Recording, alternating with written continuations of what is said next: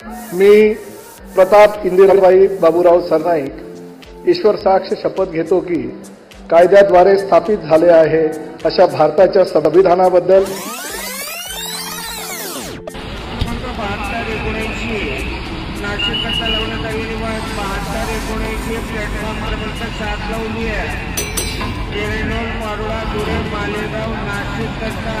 गाडी सुटली, पण आता गाडी रखडत अडखळत नाही, तर महाराष्ट्राच्या गतिमान कारभाराप्रमाणेच वेगवानपणे धावू लागलीये लाल परी, तुमच्या आमच्या हक्काची लाल परी.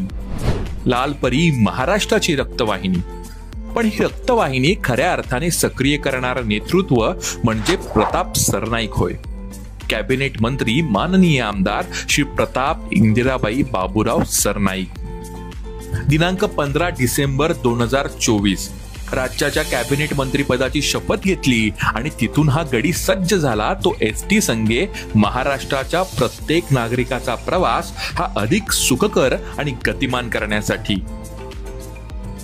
22 डिसेंबर 2024 मंत्रिपदाची शपथ घेताच कुठल्याही मंत्रिपदाच्या आनंदोत्सव सोहळ्यात न रमता प्रताप सरनाईक यांनी ग्राउंडवर उतरून काम करण्यास प्राधान्य दिलं.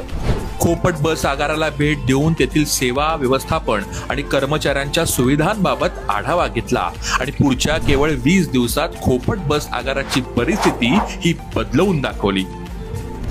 कोकण पट्ट्यातील अतिशय महत्वपूर्ण असणाऱ्या पनवेल बस आगारास प्रताप सरनाईक यांनी भेट दिली आणि सखोल आढावा घेत काहीच दिवसात येथील स्वच्छतागृह, सर्वसामान्य प्रवाशांसाठी मूलभूत सुविधा आणि महिला विश्रांती कक्षाचा कायापालट करून दाखवला.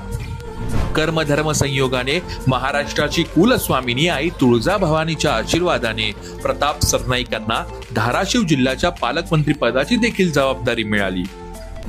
परिवहन मंत्री झाल्यापासून अनेक वेळा प्रताप सरनाईक हे प्रवासी परिवहन सेवेच्या कर्मचाऱ्यांच्या समस्या जाणून घेण्यासाठी स्वतः एसटीने प्रवास करतात, ही खऱ्या अर्थाने कौतुकास्पद बाब म्हणावी लागेल. प्रत्येक महानगरपालिका क्षेत्रात उपप्रादेशिक परिवहन कार्यालय उभारण्याचा ऐतिहासिक निर्णय प्रताप सरनाईक यांनीच घेतला. बस स्थानके आणि डेपोंना नवसंजीवनी देण्यासाठी हिंदू हृदय सम्राट बाळासाहेब ठाकरे स्वच्छ सुंदर व बस स्थानक अभियानाचा शुभारंभ करण्यात आला. प्रवाशांना दर्जेदार वाहन सुविधा देण्यासाठी दरवर्षी स्वमालकीच्या 5000 साध्या लालपरी बस खरेदीचा निर्णय घेण्यात आला. देशात महत्वाच्या समजल्या जाणाऱ्या कर्नाटक परिवहन सेवेचा अभ्यास करण्यासाठी साहेबांनी कर्नाटक राज्याचा दौरा देखील केला. एसटी कर्मचाऱ्यांच्या आरोग्याची विशेष काळजी घेण्यासाठी प्रत्येक आगाराजवळ 100 खाटांचे कॅशलेस रुग्णालय उभारण्याच्या प्रकल्पाचा शुभारंभ करण्यात आला. 65 वर्षांवरील रिक्षा चालक, टॅक्सी चालकांना ₹10,000चे अनुदान देऊन ज्येष्ठ रिक्षा आणि टॅक्सी चालकांसाठी निवृत्ती सन्मान योजना आणण्याचा महत्त्वपूर्ण निर्णय घेतला. गुजरात दौरा करून देशातील पहिला उन्नत पॉडकार मीरा भाईंदरमध्ये राबवण्याचा निर्णय मंत्री महोदयांनी घेतला.